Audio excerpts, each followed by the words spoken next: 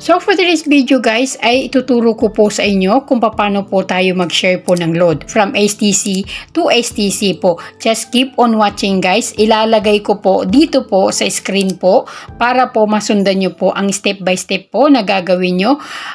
Within a moment ay makaka-receive ka po ng SMS mula kay STC na ang iyong transfer na load ay nagiging successful. Ito guys, at iti-demo ko po sa inyo kung paano po natin gagawin. Ito po yung i-type nyo po sa dialog po ninyo, *133*, tapos ilagay nyo po kung sino po yung number na papadala nyo. Tapos maglagay ka din po ng asterisk again. Tapos maglagay ka ng number or magkano ang ipapadala mo. Example ay 5 real. So maglagay ka na naman doon ng 5. Tapos, maglagay ka ng hashtag ng sign number. Tapos, isend mo sa 900. So, ganun lang po kadali guys at kabilis. Maraming salamat at follow for more.